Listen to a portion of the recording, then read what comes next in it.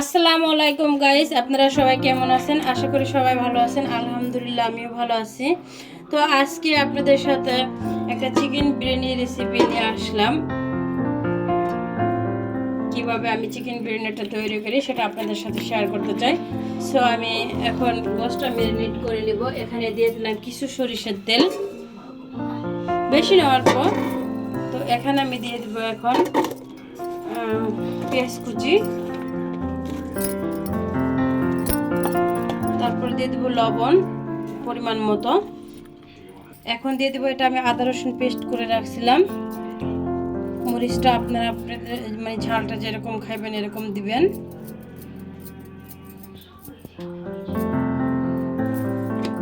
জিরার গুঁড়া 1 চামচের মতো।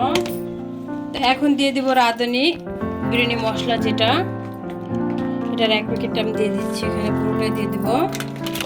এগুলো সব আমি আমার হাতে মাখায় নেব সুন্দর করে। এখন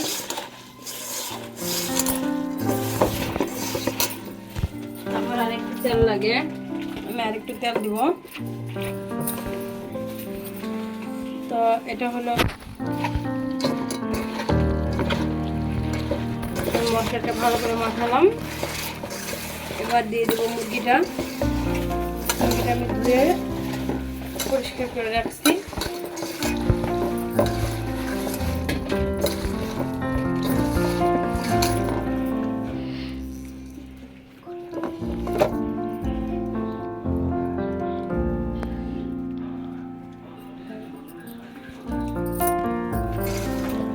মশলাটা ভালো করে মাখাই দেব।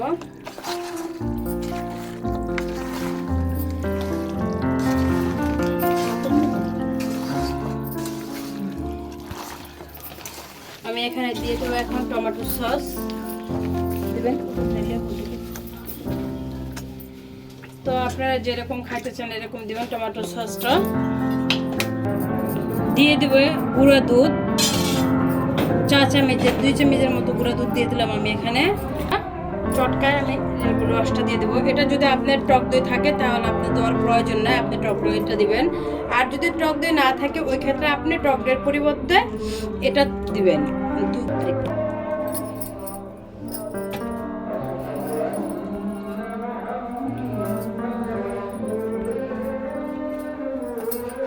সবগুলো মাখাই দেব ভালো করে। আমি বিরিয়ানিতে বেশি মশলা দিই না, সেটা আপনারা দেখতেই পারলেন। হাতের কাছে থাকা কিছু মশলা দিয়ে বিরিয়ানিটা আমি পাকাই, বাট খেতে কিন্তু অনেক স্বাদ হয়। সো আপনারা বলতে পারেন আমরা তো আর খাই না, বুঝবো কি করে। বাট আমি যেভাবে রান্নাটা করতেছি এটা যদি আপনারা ফলো করে বাসায় রান্না করে খান তাহলে বুঝতে পারবেন যে আসলে কতটা সত্য বললাম আর কতটা মিথ্যে বললাম। ঠিক আছে? তা সবসময় যে অনেক বেশি মশলা দিয়ে রান্না করলে মজা হবে ব্যাপারটা এরকম না। অল্প কিছু মশলা তো অনেক স্বাদের হয় যদি রান্না করতে পারে। ঠিক আছে? তো আমি এখন এটা বসায় দিব। আমি কুকারে করে নিচ্ছি গোশটা, যেহেতু আমার এখানে গ্যাস নেই। তো এখানে আমি নিয়েছি চুলায় অল্প একটু সাদা তেল দিয়েছি, চাইলে আপনারা ঘি বা বাটার দিতে পারেন। তো তারপরে এখানে দিয়ে দিলাম কিছু পেঁয়াজ কুচি, কিছু এলাচের গুঁটা আর কিছু দারচিনি দিয়ে আমি এটাকে একটু লালচা করে ভেজে নিলাম। এবার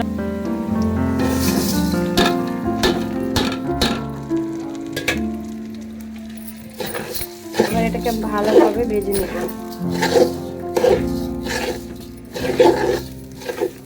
এইদিকে আমার যে গোশটা আমি মাথায় বসাইছি গোশটা অলরেডি হয়ে গেছে।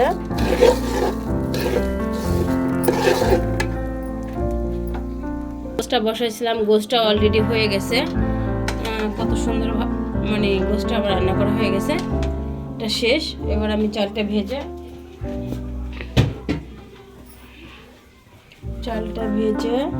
এক করে নেব। দিয়ে দেবো আমি 3-4টা তেজপাতা।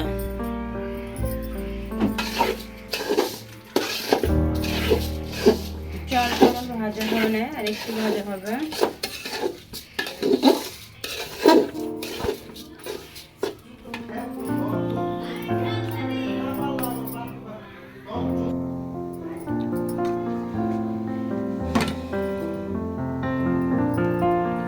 এখন দিয়ে দেব কিছু গাজর কুচি, যেটা আমি করে রাখছিলাম। অল্প দিব।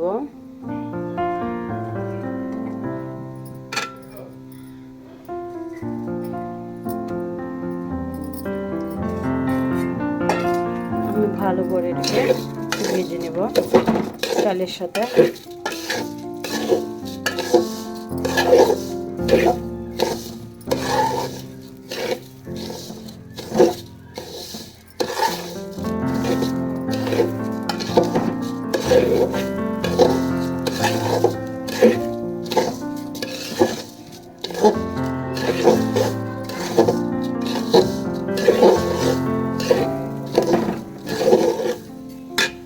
আমি একটু চালের সাথে ভেজে নেব ভালো করে। ছোট বাচ্চা নেই তো চালটা আমার ভাজা হয়ে গেছে। এবার গোশতটাকে আমি দিয়ে দিব।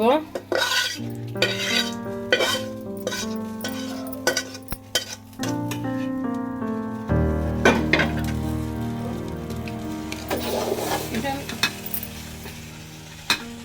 আমি ভালো করে মিশিয়ে নিব।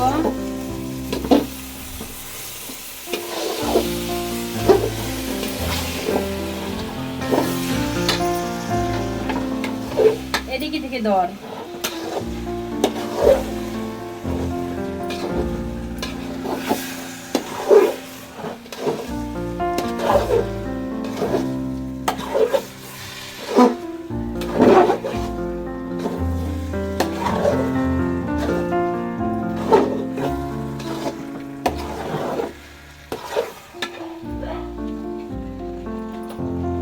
এখন আমি দিয়ে দিব ভেজে রাখা আলু।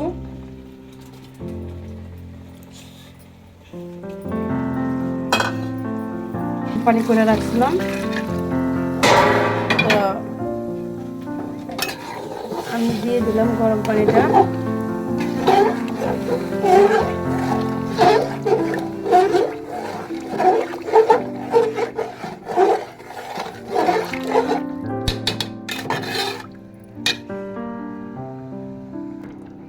তো গাইস আমি এবার একটু নাড়া দিয়ে দিচ্ছি।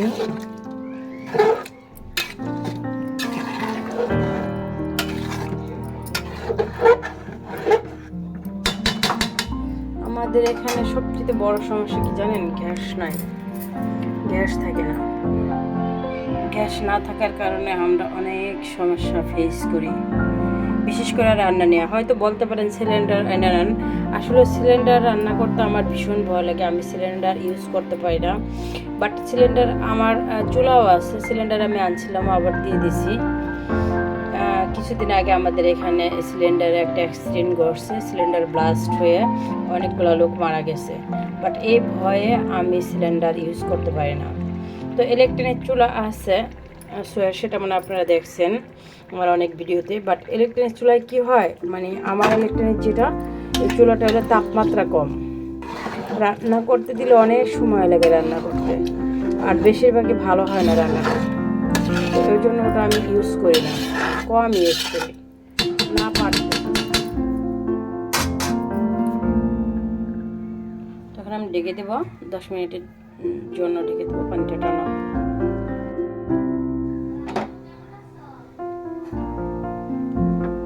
তো দেখেন আমার বিরিয়ানিটা প্রায় হয়ে গেছে, আর একটু ফুটলেই হয়ে যাবে।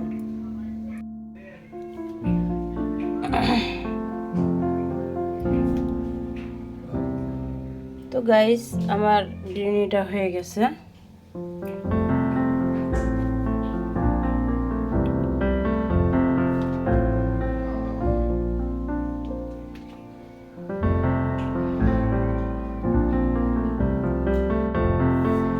তো গাইস আমার